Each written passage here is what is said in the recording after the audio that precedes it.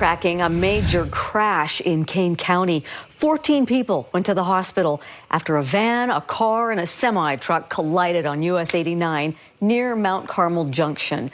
News specialist Brianna Chavez is learning some of the injuries could have been prevented. Brianna?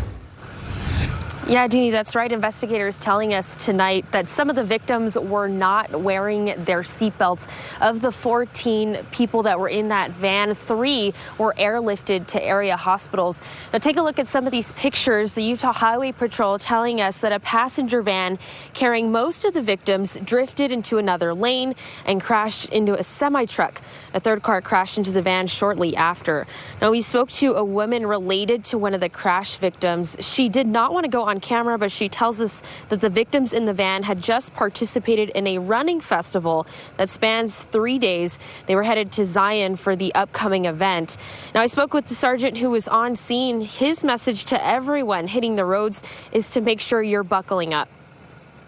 Just going through a few statements, several of them that didn't have as severe of injuries were saying that they were wearing their seatbelts. Seatbelts, the number one thing you can do to help reduce your risk in a crash. Now, Sergeant Johnson says that some of the victims received some of their injuries by the victims that were unbuckled. So a good reminder tonight to make sure that you are buckling your seatbelt anytime you hit the road.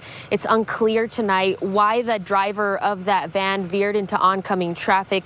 We'll, of course, update you once we learn anything new. Back to you. All right. Thanks for the update and the reminder, Brianna.